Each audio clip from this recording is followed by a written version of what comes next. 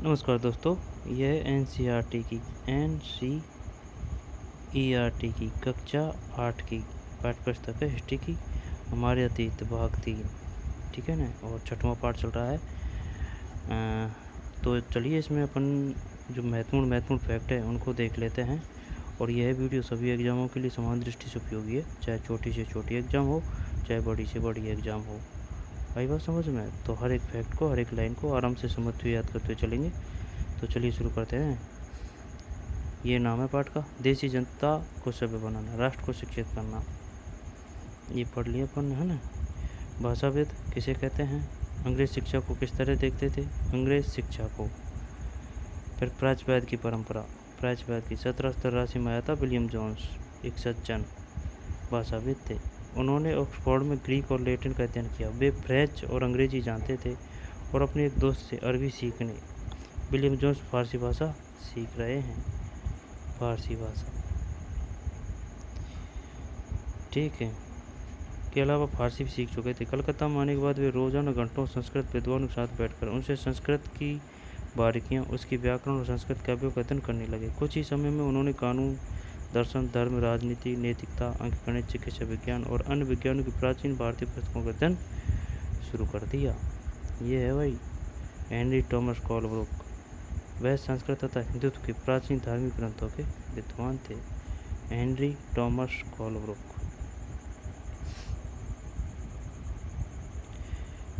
Asiatic Society of Bengal का गठन किसने किया था? जब एक तो कोलब्रुक ने, हेनरी थॉमस कोलब्रुक ये पूरा नाम है, और नेथेनियल हॉलहेड, यानी कोलब्रुक और नेथेनियल। ठीक, किसकी स्थापना करी? Asiatic Society of Bengal. और एशियाटिक रिसर्च नामक शोध पत्रिका का प्रकाशन शुरू किया।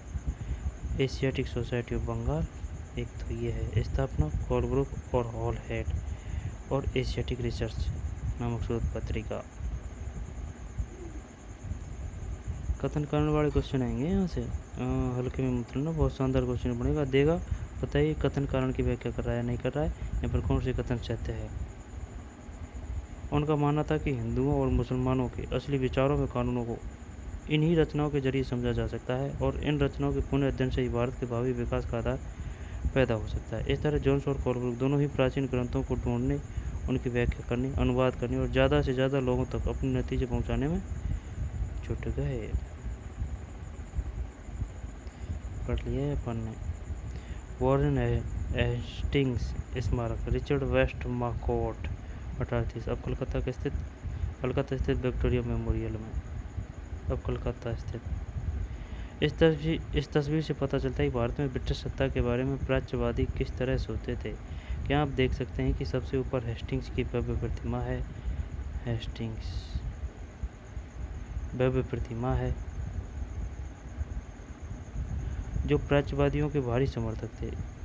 इसके एक तरफ पंडित और दूसरी तरफ नीचे बैठा हुआ मुंशी दिखाई दे रहा है। हेस्टिंग्स तथा अन्य प्राच्यवादी भारतीय विद्वानों से विभिन्न भारतीय भाषाएं सीखना चाहते थे, जिन्हें वे कई बार केवल बोलियां समझते थे, वर्नाकुलर नाम देते थे। स्थानीय रीति रिवाज और कानून के बारे में जानना चाहते थे, और प्राचीन ग्रंथों के अनुवाद और भाषा व्याख्या में मदद चाहते थे। हेस्टिंग्स ने पहल करके कलकत्ता मदरसे की स्थापना की। वर्नाकुलर,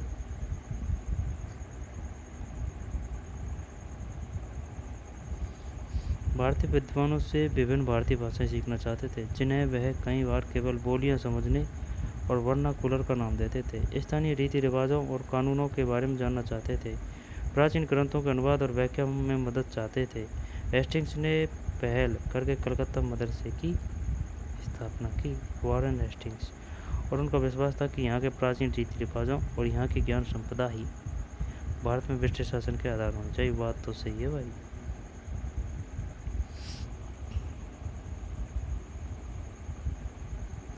प्राच्यवादी का मतलब होता है एशिया की भाषा और संस्कृति का गहन ज्ञान रखने वाले लोग, यानी कि विद्वान। मुंशी का मतलब है ऐसा व्यक्ति जो फारसी पढ़ना, लिखना और पढ़ाना जानता हो। वर्नाकुलर का मतलब है यह शब्द आमतौर पर मानक भाषा से अलग किसी स्थानीय भाषा या बोली के लिए इस्तेमाल किया जाता है। भारत जैसे औपनिवेशिक देशों में अंग्रेजी रोज़मर्रा इस्तेमाल की स्थानीय भाषाओं और साम्राज्यवादी शासकों की भाषा अंग्रेजी के बीच फ़र्क को चिह्नित करने के लिए इस शब्द का इस्तेमाल करते हैं। वर्नाकुलर। वर्नाकुलर एक कानून भी था, वर्नाकुलर एक्ट। वर्नाकुलर का मतलब होता है लोकल भाषा, है ना, अलग किसी स्थानीय भाषा में बोली के लिए इस्तेमाल किया जाता है। भारत जैसे औपनिवेशिक देशों में अंग्रेजी रोज़मर्रा इस्तेमाल की स्थानीय भाषाओं और साम्राज्यवादी शासकों की भाषा अंग्रेजी के बीच फ़र्क को चिह्नित करने के लिए इस शब्द का इस्तेमाल करते थे। मदरसा। सीखने के स्थान को अरबी भाषा में मदरसा कहा जाता है। यह किसी भी तरह का स्कूल या कॉलेज या कोई संस्था हो सकता है। मदरसा।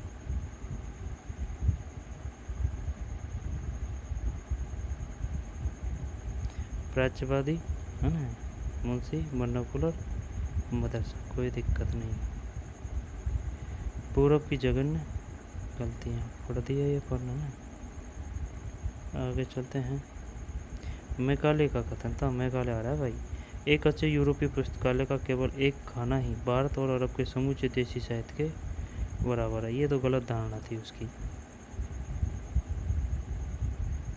ये अंग्रेजी साहित्य व संस्कृति के प्रबल समर्थक थे। मैकाले का नाम है पूरा थॉमस वेविंगटन मैकाले।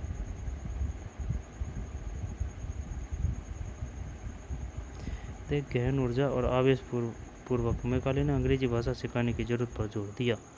उनका मानना था कि अंग्रेजी के ज्ञान से भारतीयों को दुनिया की श्रेष्ठतम साहित्यिक कृतियों को पढ़ने का मौका मिलेगा। यहाँ के लोग पश्चिमी विज्ञान और दर्शन के क्षेत्र में हुए विकास से अवगत हो पाएंगे।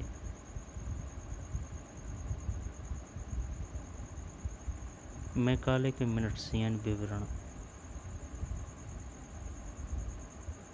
कॉलेज जैसे प्राच्यवादी संस्थानों को प्रोत्साहन नहीं दिया जाए। इन संस्थानों को अपने आप क्षरण का शिकार होते आ रहे अंधकार के मंदिरों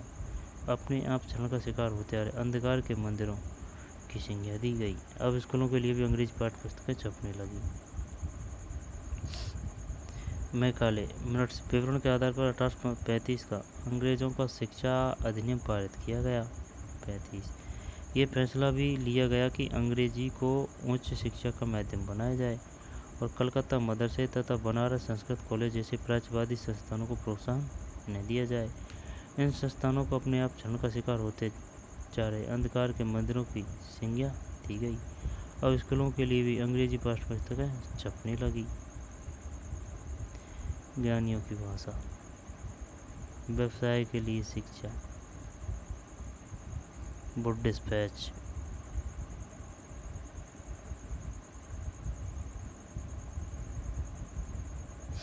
यूरोपीय ज्ञान के पक्ष में एक तर्क। बोर्ड के नीति पत्र में यह तर्क दिया गया था कि यूरोपीय शिक्षा से भारतीयों के नैतिक चरित्र का उत्थान होगा। यूरोपीय शिक्षा से, अरे नैतिक चरित्र में तो हमारे कोई शान ही नहीं था, कोई टक्कर में ही नहीं था भाई साहब। भारतीय संस्कृति में इतनी नैतिकता बढ़ी थी कूट कूट के।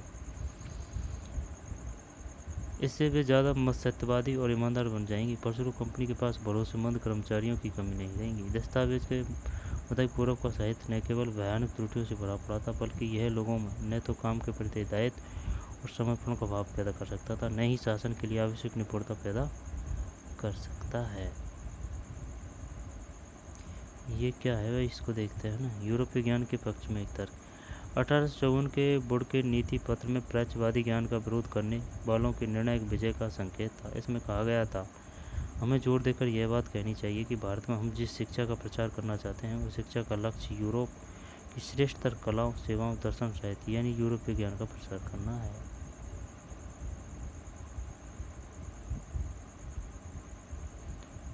ये अंग्रेजों ने बनाया है, तो अंग्रेजों जैसे ही बनाया है ये बिल्डिंग इनकी कॉलेजों की। नैतिक शिक्षा की मांग। ये कौन है? स्कॉटलैंड के ईसाई प्रचारक विलियम केरे, जिसने श्रीरामपुर मिशन की स्थापना। श्रीरामपुर कॉलेज है, ये है श्रीरामपुर, कलकत्ता के हुगली नदी के तट पर। ये है भाई, ये छोटा सा रथ चलते थे, ये देख लिया मैंने, हमारे था पहले ये रथ, और घोड़ा था एक हमारे। बात है मेरा बाबा था ना, बाबा, उसके पास था, बैल भी थे, गाड़ा भी था। ये बात होगी भाई साहब 1920-30 के लगभग की बात होगी।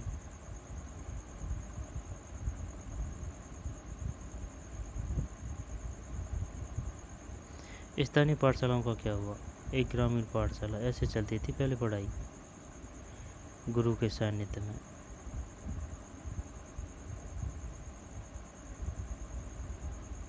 विलियम, क्या नाम है, स्कॉटलैंड से आए एक ईसाई प्रचारक विलियम एडम ने बंगाल और बिहार के जिलों का दौरा किया। कंपनी ने उन्हें देशी स्कूलों में शिक्षा की प्रगति पर रिपोर्ट तैयार करने का जिम्मा सौंपा था।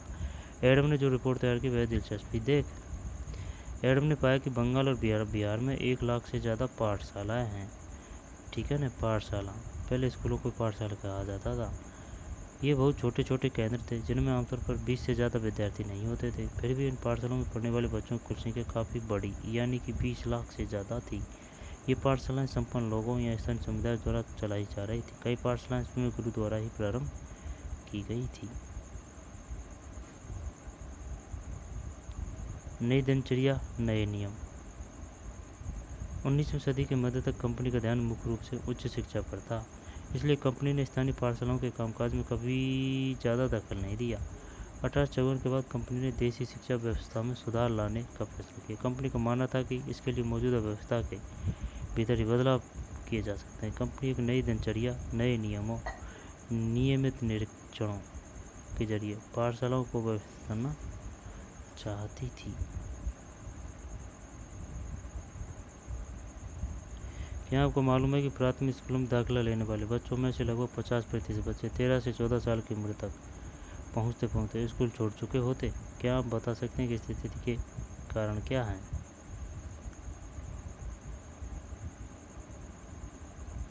अरविंद घोष हैं।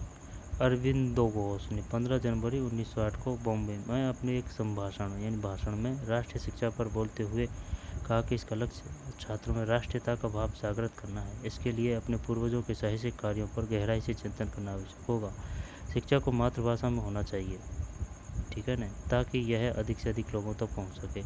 अरविंदो ने इस बात पर भी बल दिया कि यदि छात्रों को अपने मूल के साथ जुड़े रहना चाहिए, फिर भी उनको आधुनिक वैज्ञानिक आविष्कारों तथा लोकप्रिय शासन व्यवस्था के संदर्भ में पश्चिमी देशों के अनुभव का भी भरपूर लाभ उठाना चाहिए। इसके अतिरिक्त छात्रों को कोई हस्तकला भी सीखनी चाहिए ताकि वे स्कूल छोड़ने का यथासंभव रोजगार।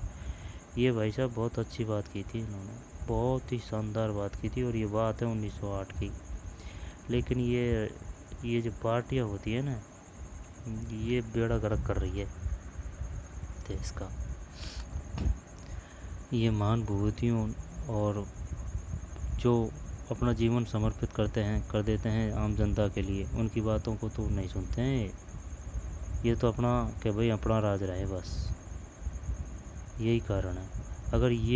अगर सच्चे मन से और एकदम सही तरीके से, सच्चे मन से तो क्या कहे, मन तो क्या होता है इनके पास, अगर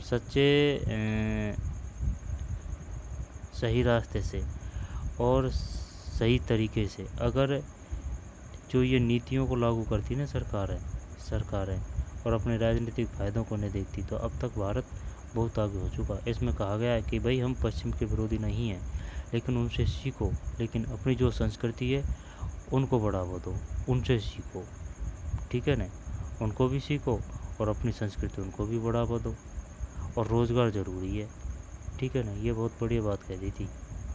और अब सरकार ने किया है 1920 में 2020 में नई शिक्षा नीति, अब जो अभी भी लागू नहीं है, कहीं कहीं लागू हुई है नई शिक्षा नीति। अरविंद घोष 15 जनवरी 1908 में बोलती थी बात। आई बात समझ में? विद्वान होते हैं, इनको पहले ही पता होता है भाई कि क्या सिचुएशन है और क्या सिचुएशन आगे आएगी।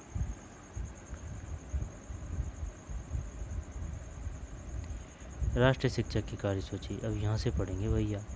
केवल अंग्रेज अफसर ही भारत में शिक्षा के बारे में नहीं सोच रहे थे। 19वीं सदी की शुरुआत से ही भारत के विभिन्न भागों के बहुत सारे विचारक शिक्षा के व्यापक प्रसार की जरूरत पर जोर देने लगे। यूरोप में आ रहे बदलावों से प्रभावित कुछ भारतीयों का मानना था कि पश्चिमी शिक्षा भारत का आधुनिकीकरण कर सकती है। उन्होंने अंग्रेजों से आह्वान किया कि वे नए स्कूल, कॉलेज और विश्वविद्यालय खोलें तथा शिक्षा पर ज़्यादा पैसा खर्च करें। इस दिशा में हुए कुछ प्रयासों के बारे में आप अध्याय 8 में पढ़ेंगे। परंतु बहुत सारे भारतीय पश्चिमी शिक्षा के विरुद्ध थे। भारतीय पश्चिमी शिक्षा के विरुद्ध थे। महात्मा गांधी और रविन्द्रनाथ टैगोर इसी तरह के लोगों में से थे। आइए देखें कि उनका क्या कहना था।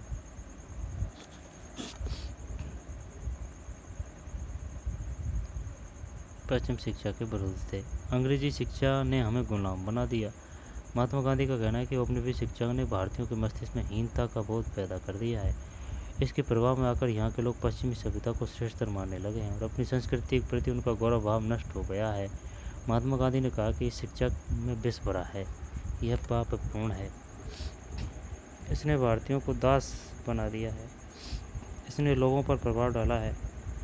उनके मुताबिक पश्चिम से अभिभूत, पश्चिम से आने वाले हर चीज़ की प्रशंसा करने वाले इन संस्थानों में पढ़ने वाले भारतीय ब्रिटिश शासन को पसंद करने लगे थे। महात्मा गांधी एक ऐसी शिक्षा के पक्षधर थे जो भारतीयों के प्रति भीतर प्रतिष्ठा और स्वाभिमान का भाव पुनर्जीवित करे। राष्ट्रीय आंदोलन दौरान उन्होंने विद्यार्थियों से आह्वान किया कि वे शिक्षा संस्थाओं को छोड़ दें और अंग्रेजों को बताएं कि अब वे गुलाम बने रहने के लिए तैयार नहीं हैं। महात्मा गांधी की दृढ़ मान्यता थी कि शिक्षा केवल भारतीय भाषाओं में ही दी जानी चाहिए। उनके मुताबिक अंग्रेजी में दी जा रही शिक्षा भारतीयों को अपाहिज बना देती है। उसने उन्हें अपने सामाजिक परिवेश से काट दिया है, उन्हें अपनी भूमि पर अजनबी बना दिया है। उनकी राय में विदेशी भाषा बोलने वाले, स्थानीय संस्कृति से घृणा करने वाले अंग्रेजी शिक्षित भारतीय अपनी जनता से जुड़ने के तौर तरीके भूल चुके थे। महात्मा गांधी का कहना था कि पश्चिम शिक्षा मौखिक ज्ञान की बजाय केवल पढ़ने और लिखने पर केंद्रित है। उसमें पाठ्य पुस्तक पर तो जोर दिया जाता है, लेकिन जीवन अनुभवों और व्यवहारिक ज्ञान की उपेक्षा की जाती है। गांधी का तर्क था कि शिक्षा से व्यक्ति का दिमाग और आत्मा विकसित होनी चाहिए। उनकी राय में केवल सार्थकता यानी पढ़ने और लिखने की क्षमता पा लेना ही शिक्षा नहीं होती। उनकी राय में केवल साक्षरता यानी पढ़ने और लिखने की क्षमता पा लेना ही शिक्षा नहीं होती। इसके लिए तो लोगों को हाथ से काम करना पड़ता है, हुनर सीखने पड़ते हैं। किसका मानना था ये? रविन्द्रनाथ टैगोर या गांधी जी? गांधी जी के विचार हैं। जीवन अनुभवों और व्यवहारिक ज्ञान की उपेक्षा की जाती है। गांधी का तर्क था कि शिक्षा से व्यक्ति का दिमाग और आत्मा विकसित होनी चाहिए। उनकी राय में केवल सार्थकता यानी पढ़ने और लिखने की क्षमता पा लेना ही शिक्षा नहीं है। बात तो सही है भाई, शिक्षा नहीं होती। इसके लिए तो लोगों को हाथ से काम करना पड़ता है, हुनर सीखने पड़ते हैं और यह जानना पड़ता है कि विभिन्न चीज़ें किस तरह काम करती है। इससे उनका मस्तिष्क और समझने की क्षमता दोनों विकसित होंगे। जैसे जैसे राष्ट्रीय भावना का प्रसार हुआ, कई दूसरे विचारक भी एक ऐसी राष्ट्रीय शिक्षा प्रणाली के बारे में सोचने लगे जो अंग्रेजों द्वारा स्थापित की गई व्यवस्था से आमूल तौर पर भिन्न हो।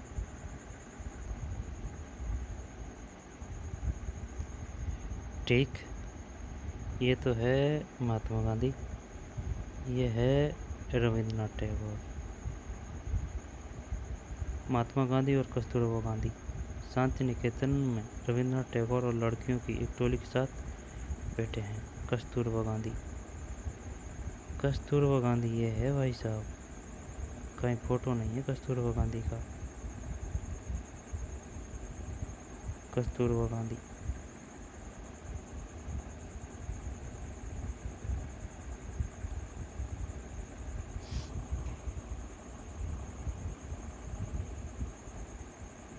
शांति निकेतन है।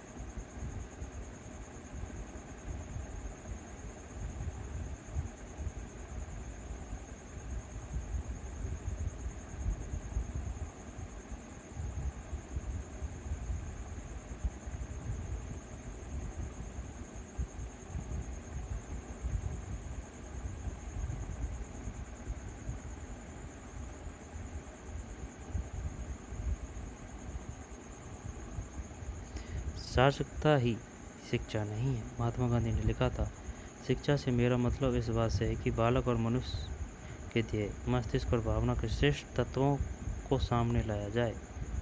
मनुष्य के ध्येय, मस्तिष्क और भावना के श्रेष्ठ तत्वों को सामने लाया जाए। साक्षरता न तो शिक्षा का अंत है और न ही उसकी शुरुआत। यह तो केवल एक साधन है जिसके जरिए पुरुषों और महिलाओं को शिक्षा दी जा सकती है। साक्षरता अपने आप में शिक्षा नहीं होती।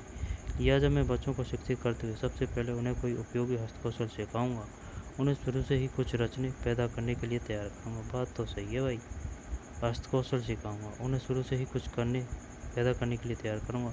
और अगर जैसे कि बच्चों को शुरू से ही पढ़ाया जाए ना, जैसे कि छठी क्लास है या फिर बचपन से ही अगर बच्चों को कुछ एक क्षेत्र में, ठीक है ना, कि भाई एक क्षेत्र में ट्रेंड कर दिया, या फिर भाई ज़रूरी नहीं है कि सभी बच्चों को एक चीज़ सिखाई जाए, अलग अलग चीज़ सिखाई जाए हाथ से संबंधित, या फिर कुछ निर्माणकारी, कुछ हस्तकौशल हैं, कुछ ऐसे जो शिक्षा होने के बाद में बेरोज़गार नहीं रहें, ठीक है ना, वे दुनिया के साथ या समाज के साथ अपने को ढाल सके।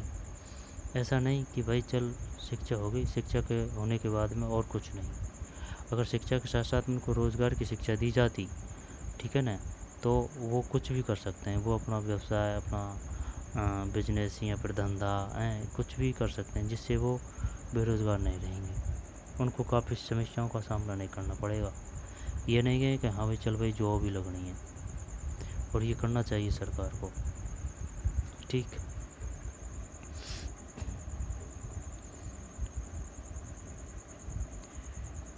ध्येय, मस्तिष्क और भावना के श्रेष्ठ तत्वों,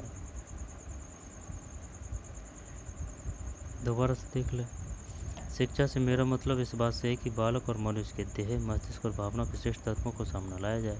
साक्षरता न तो शिक्षा का अंत है और न ही उसकी शुरुआत। यह तो केवल एक साधन है जिसके जरिए पुरुषों और महिलाओं को शिक्षा दी जा सकती है। साक्षरता अपने आप में शिक्षा नहीं होती।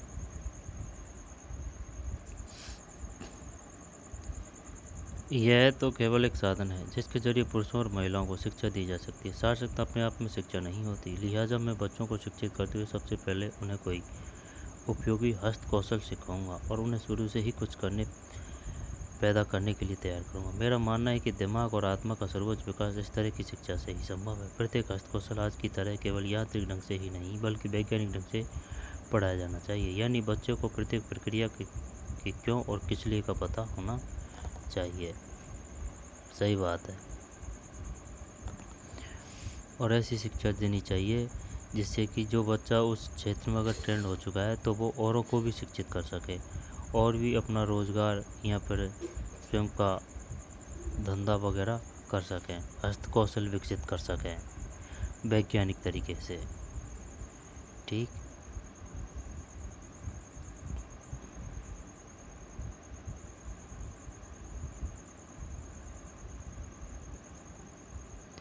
कई दूसरे विचारक भी ऐसी राष्ट्रीय शिक्षा प्रणाली के बारे में सोचने लगे जो अंग्रेजों द्वारा स्थापित की गई व्यवस्था से आमूल तौर पर भिन्न हो। अब है टैगोर का शांति निकेतन। आप में बहुत सारे दोस्तों ने शांति निकेतन के बारे में सुना होगा। क्या आप जानते हैं कि इसकी स्थापना किसने और क्यों की थी? रविंद्रनाथ टैगोर ने यह संस्था 1901 में शुरू की थी। 1901 में टैगोर जब बच्चे थे तो स्कूल जाने से बहुत चिढ़ते थे। वहाँ उनका दम घुटता था। उन्हें स्कूल का माहौल दमनकारी लगता था। टैगोर को ऐसा लगता था कि मानो स्कूल कोई जेल हो, क्योंकि वहाँ बच्चे मनचाहा कभी नहीं कर पाते थे। जब दूसरे बच्चे शिक्षक को सुन रहे होते तो टैगोर का दिमाग कहीं और भटक रहा होता था, और यह सभी के साथ होता था भाई। कलकत्ता के अपने स्कूल जीवन के अनुभवों ने शिक्षा के बारे में टैगोर के विचारों को काफ़ी प्रभावित किया। जब वे बड़े हुए तो उन्होंने एक ऐसा स्कूल खोलने के बारे में सोचा जहाँ बच्चे खुश रह सके।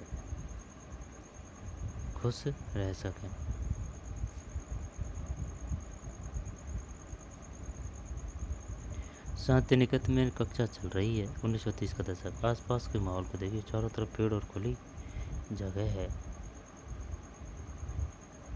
ये टैगोर है भाई साहब, शायद है ना, ये टैगोर हैं।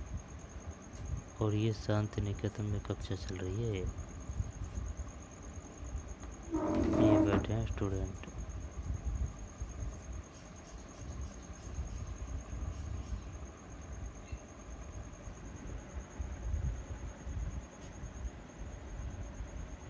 पेड़ों के बीच में।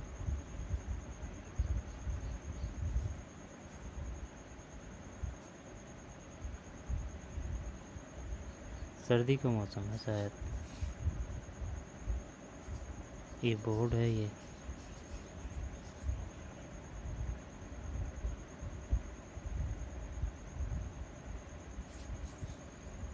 ठीक।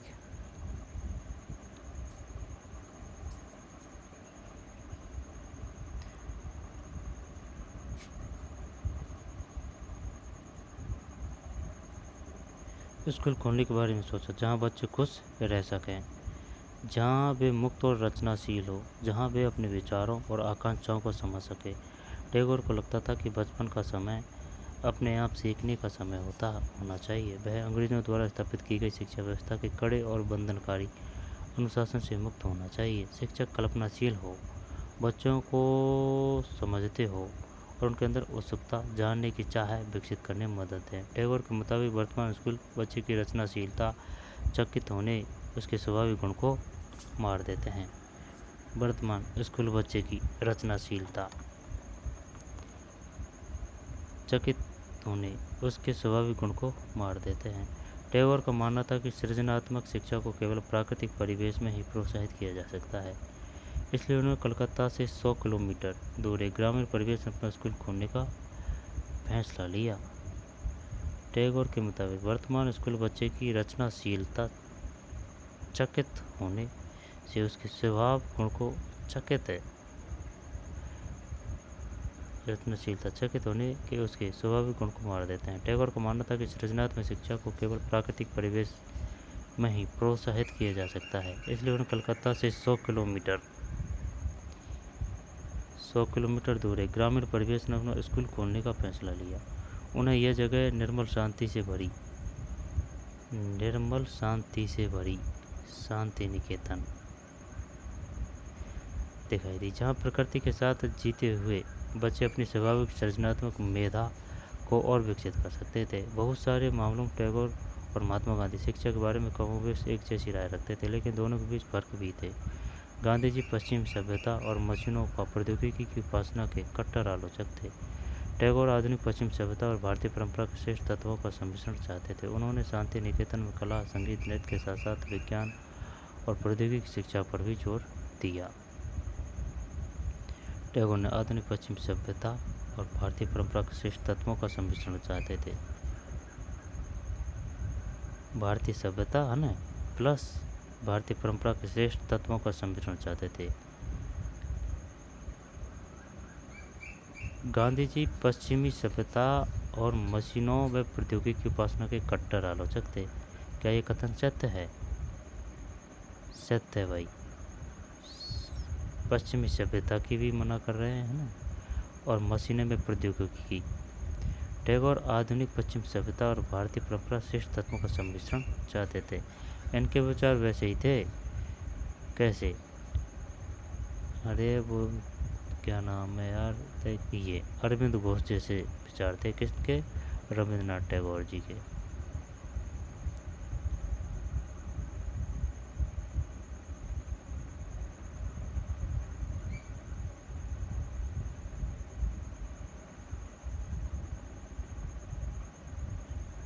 ठीक। बहुत सारे मामलों में टैगोर और महात्मा गांधी शिक्षा के बारे में कमोबेश एक जैसी राय रखते थे, लेकिन दोनों के बीच फर्क भी थे। गांधी जी पश्चिमी सभ्यता और मशीनी व प्रौद्योगिकी की उपासना के कट्टर आलोचक थे। टैगोर आधुनिक पश्चिम सभ्यता और भारतीय परंपरा के श्रेष्ठ तत्वों का सम्मिश्रण चाहते थे। उन्होंने शांति निकेतन कला, संगीत, नृत्य के साथ साथ विज्ञान और प्रौद्योगिकी शिक्षा पर भी जोर दिया। इस प्रकार बहुत सारे लोग इस बारे में सोचने लगे कि एक राष्ट्रीय शिक्षा प्रणाली की रूपरेखा क्या होनी चाहिए। कुछ लोग अंग्रेजों द्वारा स्थापित की गई व्यवस्था में परिवर्तन चाहते थे। उनका मानना था कि इसी व्यवस्था को इस तरह फैलाया जाए कि इसमें ज़्यादा से ज़्यादा लोगों को पढ़ने के मौके मिले। इसके विपरीत बहुत सारे लोग ऐसे भी थे जो एक वैकल्पिक व्यवस्था चाहते थे, ताकि लोगों को सच्चे अर्थों में राष्ट्रीय संस्कृति की शिक्षा दी जा सके। कौन तय करे कि सच्चे अर्थों में राष्ट्रीय क्या होता है? इस राष्ट्रीय शिक्षा की बहस स्वतंत्रता के बाद भी जारी रही।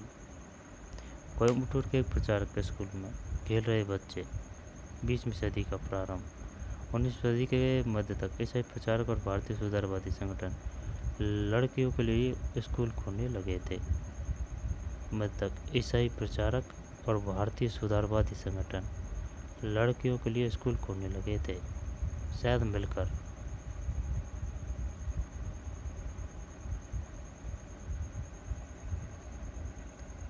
ये खेल रहे हैं।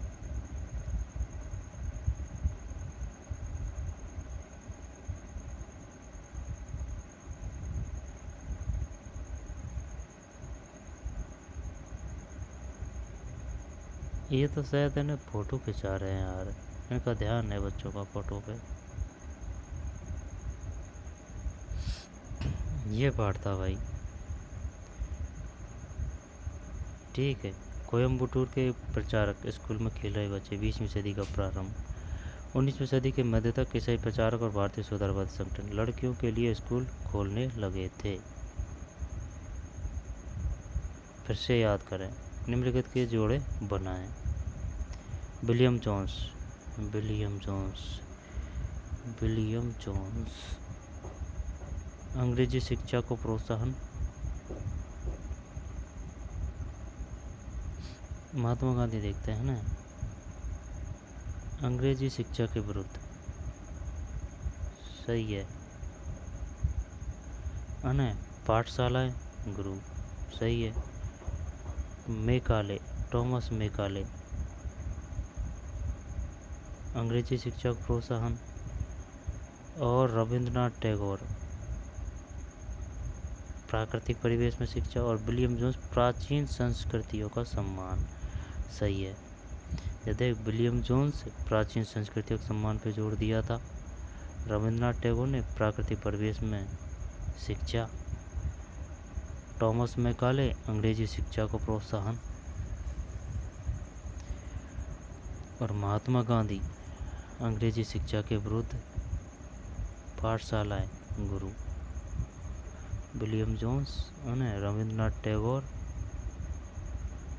विलियम जोन्स प्राकृतिक संस्कृतियों का सम्मान, रविंद्रनाथ टैगोर प्राकृतिक परिवेश शिक्षा, विलियम जोन्स प्राचीन संस्कृतियों का सम्मान है। विलियम जोन्स ने प्राचीन संस्कृतियों का सम्मान पर जोर दिया था। रविंद्रनाथ टैगोर ने प्राकृतिक परिवेश में, टॉमस मैकाले अंग्रेजी शिक्षा को प्रोत्साहन, महात्मा गांधी अंग्रेजी शिक्षा के विरुद्ध, पाठशाला में गुरु होता था भाई। कल्पना कीजिए कि अंग्रेजी शिक्षा पर महात्मा गांधी और मैकाले के बीच चर्चा चल रही है और आप ध्यान से चर्चा सुन रहे हैं। आप एक पन्ने में लिखें कि दोनों क्या कह रहे हैं।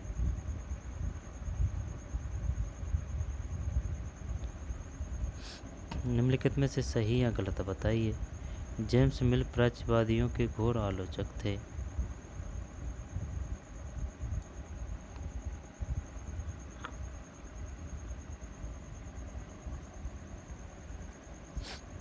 देख लेंगे ना, कन्फर्म नहीं है। 1854 के शिक्षा संबंधी डिस्पैच में इस बात पर जोर दिया गया था कि भारत में उच्च शिक्षा का माध्यम अंग्रेजी होना चाहिए। हाँ, ये तो सही है। महात्मा गांधी मानते थे कि साक्षरता बढ़ाना ही शिक्षा का सबसे महत्वपूर्ण उद्देश्य है। नहीं नहीं नहीं, ये गलत है। रविंद्रनाथ टैगोर को लगता था कि बच्चों पर सख्त अनुशासन हो। नहीं, ये भी गलत। सख्त नहीं, नरम, है ना। और ये भी गलत है। ये सही है।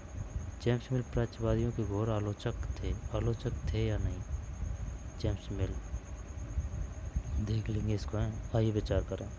विलियम जोन्स को भारतीय इतिहास, दर्शन और कानून का अध्ययन क्यों जरूरी दिखाई देता था? जेम्स मिल और टॉमस मैकाले ऐसा क्यों चाहते थे कि भारत में यूरोपीय शिक्षा अनिवार्य है? महात्मा गांधी बच्चों को हस्तकला क्यों सिखाना चाहते थे? महात्मा गांधी ऐसा क्यों सोचते थे कि अंग्रेजी शिक्षा ने भारतीयों को गुलाम बना लिया है? अपने घर के बुजुर्गों से पता करें कि स्कूल में उन्होंने कौन कौन सी चीज़ें पढ़ी थी। अपने स्कूल या आसपास के किसी अन्य स्कूल के इतिहास का पता लगाएं।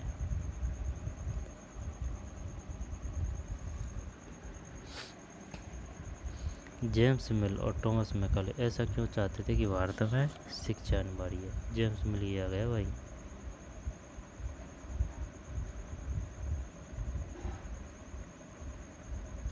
घोर आलोचक थे। सही है, शायद ये घोर आलोचक थे जेम्स मिल। देख लेते हैं, चल देख। जेम्स मिल यहाँ है कहीं, देख।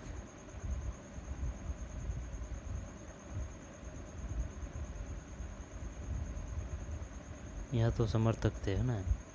अब इसके बाद में आएंगे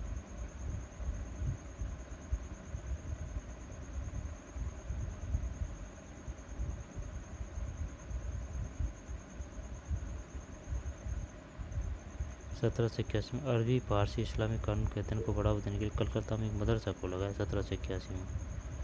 ये क्वेश्चन आ चुका है। बनारस हिंदू कॉलेज की स्थापना की गई थी 1791 में। मदरसा 81, कॉलेज 91।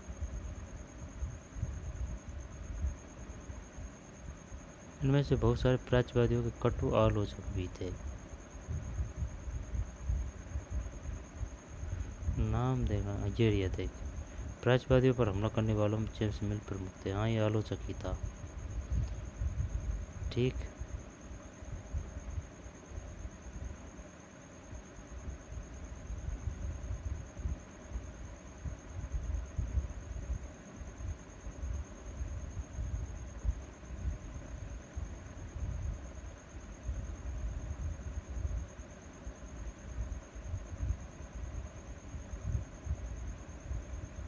जनवरी 1908 को राष्ट्रीय शिक्षा की कार्यसूची। अंग्रेज शिक्षा ने हमें गुलाम बना दिया है। शांति निकेतन। साक्षरता ही शिक्षा नहीं है।